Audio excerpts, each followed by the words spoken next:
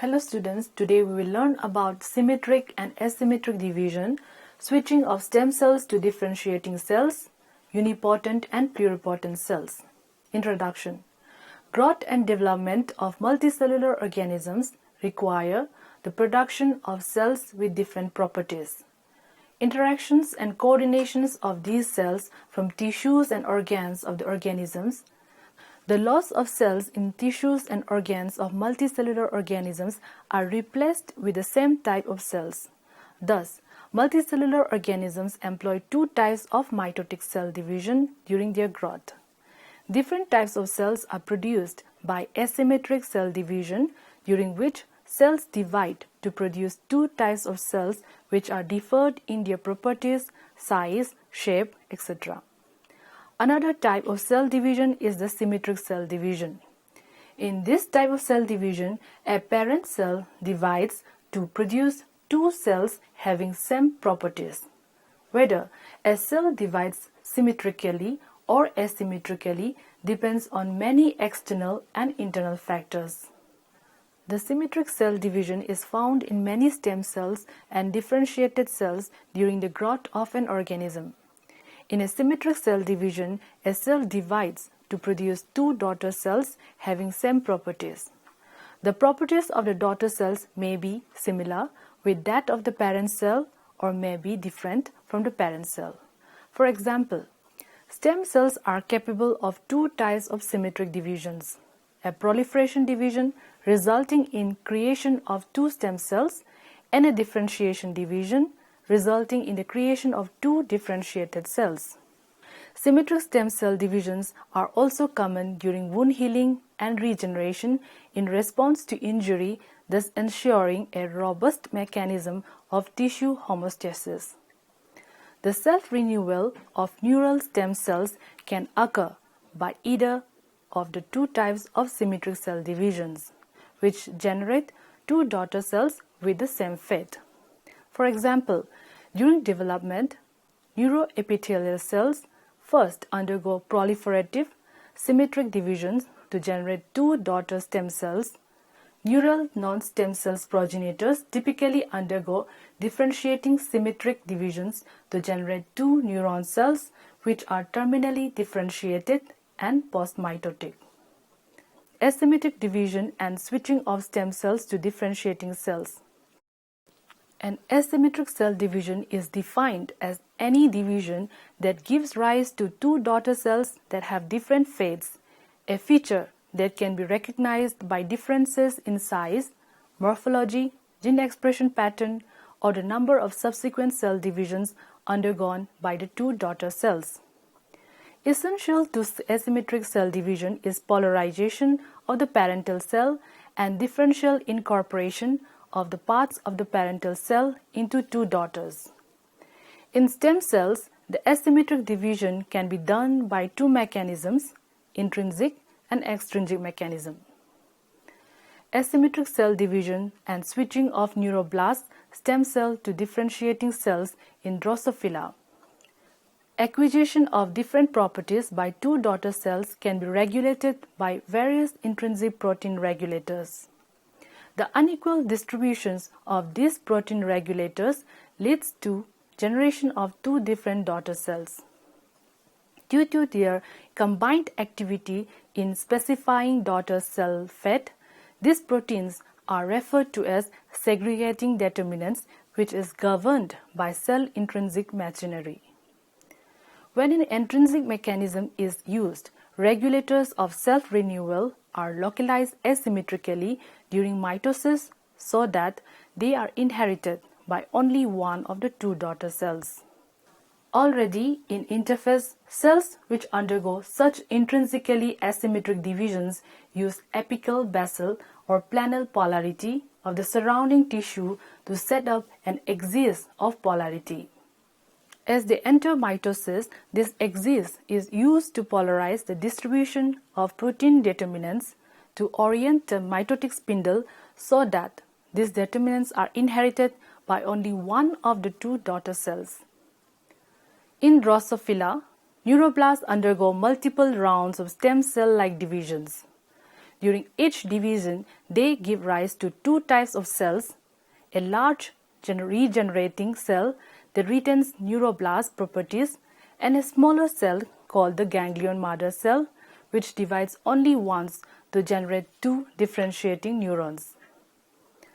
The different fate of the two neuroblast daughter cells is thought to be induced by the unequal distribution of several segregating determinant proteins into one of the two daughter cells. In regenerating Drosophila, neuroblast cell and apical protein complex consisting of BAZ, PAR6, APKC is located at the apical end of the cell from lead interface to the lead anaphase. The localization of the apical complex proteins to apical site is under control of two mechanisms. The first mechanism operates in the ectoderm prior to neuroblast delamination and involves at least three proteins: scribble, disc large, and lethal giant larvae. The second mechanism is active during the repeating divisions of delaminated neuroblasts. Once a neuroblast has separated from the ectoderm, the G-alpha subunit of the heterotrimeric G protein and two other proteins called inscrutable and partner of the inscrutable join the BAZ, PAR6, APKC complex, stabilizing the apical complex. The daughter cell that received the apical complex is destined to be a neuroblast cell. The daughter cell, which is destined to be ganglion mother cell, is present with the basal proteins. These basally located proteins include Miranda, NUMB, Prospero, and Stauffen, and their localization at the basal end of the neuroblast, which is going to be developed as GMC, requires apical complex proteins. The apical proteins set up polarity during interphase, and the polarity is read and interpreted by the machinery that transports NUMB and Miranda at mitosis. The NUMB protein is located throughout the cell during interphase. At prophase, it becomes basally located. Miranda is initially assembles at the apical end, and it then moves to the basal end at the prophase. Miranda acts as an obligatory molecular adapter that connects Prospero, Brath, and Stauffen to the machinery for asymmetric protein localization. To ensure asymmetric segregation of cell fate determinants, the orientation of the mitotic spindle needs to be coordinated with their asymmetric localization. In dividing fly neuroblasts, the mitotic spindle first aligns perpendicular to the apical basal axis and then turns 90 degrees to align with it at the same time that the basal complexes become localized to the basal side. The apical complex, which is already in place before spindle rotation, controls the final orientation of the spindle. A cascade of protein interactions, including LGL myosin II interaction, is supposed to be responsible for the spindle orientation. Alternatively, the stem cell is in close contact with the stem cell niche and depends on this contact for maintaining the potential to self-renew. By orienting its mitotic spindle perpendicularly to the niche surface, it ensures that only one daughter cell can maintain contact with the stem cell niche and retain the ability to self-renew. In contrast to the intrinsically asymmetric cell divisions, which usually follow a predefined developmental program, niche-controlled stem cell divisions offer a high degree of flexibility. Niche-dependent asymmetric cell divisions. The germline cells in Drosophila divide to give one oocyte and other support cells. The germline stem cells control a self-renewal via a short-range diffusible signals coming from the surrounding cells. In each germarium, 2-3 GSCs are surrounded by an equal number of cap cells which form the stem cell niche. The cap cells secrete two BMP ligands, DPP and GBB, which cooperate to activate the type 1 and type 2 BMP receptors, TKV and SAX expressed by the stem cells. These ligands induce transcriptional repression of a gene called BAM, which product is required for the initiation of differentiation on cystoblasts. When GSCs are divided, one of the daughter cells loses contact with the niche, no longer receives the BMP signal and initiates BAM transcription. Then BAM initiates differentiation program. It undergoes 4 rounds of incomplete transit amplifying divisions to form a cyst of interconnected cells, which downregulate cell cycle genes and exceed mitotic proliferation. Eventually, one of the cells becomes the oocyte, whereas the others undergo multiple rounds of endoreplication to become support cells. Besides DPP signals from the cap cells, GSCs also require signals from second somatic cell type called escort stem cells, which are located within a sheet that surrounds the germarium.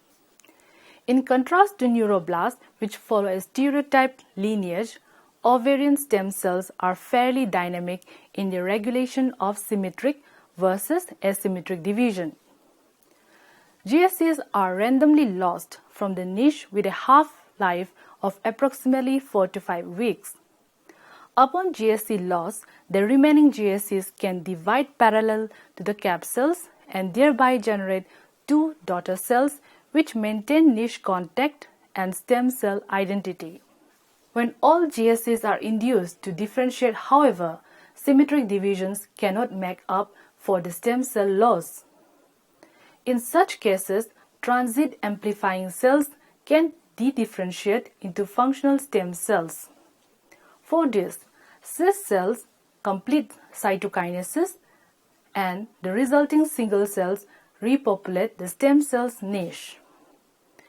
In aging flies, however, the stem cell homeostasis mechanism becomes less efficient and the number of GSCs declines. This is attributed to a loss of E-cadherin from the stem cell niche junction or a decrease in JAK-STAT signaling. Stem cell loss can be reversed by overexpressing superoxide dismutase, thereby reducing oxygen radical damage in stem cell or in the niche, suggesting that it is not a systemic phenomenon, but that stem cells decline with age in a cell-autonomous manner.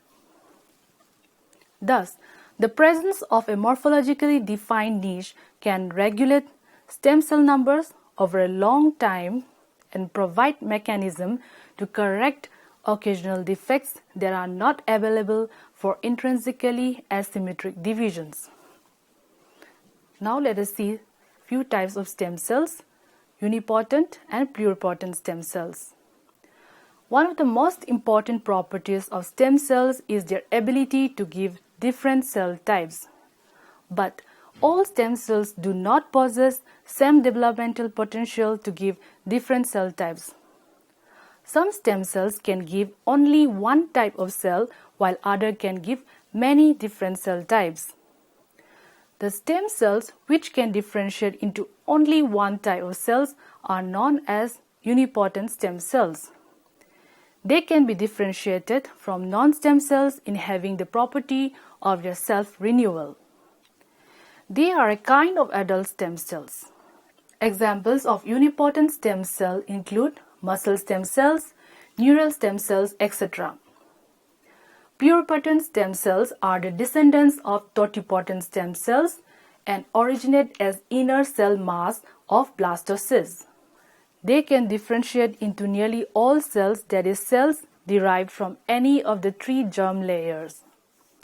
These pluripotent cells are characterized by self-renewal and differentiation potential for all cell types of the adult organism. Examples of pluripotent stem cells include embryonic stem cells, embryonic germ cells, embryonal carcinoma stem cells, etc. An important property of pluripotent stem cells is their ability to divide symmetrically in culture and give rise to two daughter cells that are exact copies of the stem cell from which they were derived.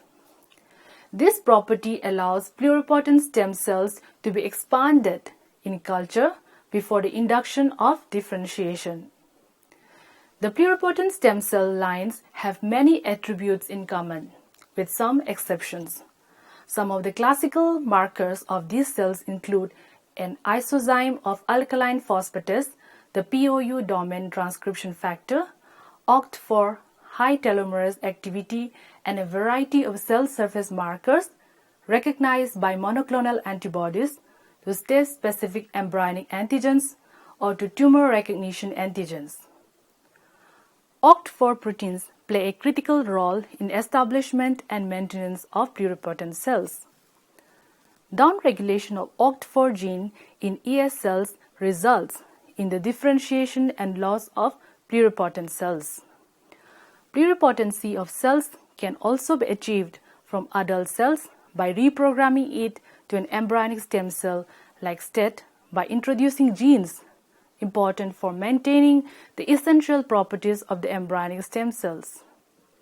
Such type of pluripotent cells are known as induced pluripotent stem cells. During reprogramming, the adult cells are introduced with the genes that encode critical transcription factor proteins, which themselves regulate the function of other genes important for early steps in embryonic development. For example, introduction of 4 transcription factors, OCT4, SOX2, KLF4, and CMYC in adult mice cells can reprogram such cells to an embryonic stem cell like STED. These mice iPSSCs demonstrate many stem cell-like characters, including expression of stem cell markers forming tumors containing cells from all 3 germ layers, being able to contribute to many different tissues when injected into a mouse embryo at a very early stage in development. Similarly, human iPSCs also express stem cell markers and are capable of generating cells characteristic of all 3 germ layers. Conclusion. During the growth and development of multicellular organisms, both symmetric and asymmetric divisions are performed. Symmetric division results in the production of 2 daughter cells having same properties. The properties of the daughter cells may or may not be similar with that of the parent cell. Asymmetric division, on the other hand, produces 2 daughter cells with different properties.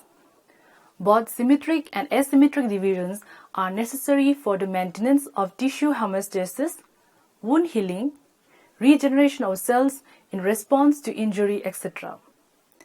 Asymmetric division is also necessary in switching stem cells to differentiating cells.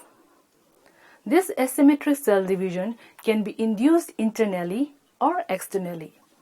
The segregating determinant protein plays a very important role in intrinsic mechanism, while in extrinsic mechanism, signals from external environment like stem cell niche induce asymmetric division of the cells.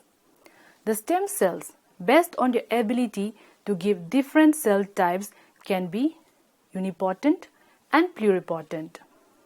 Unipotent stem cells can give only one type of cells, while pluripotent cells can give to many different cell types.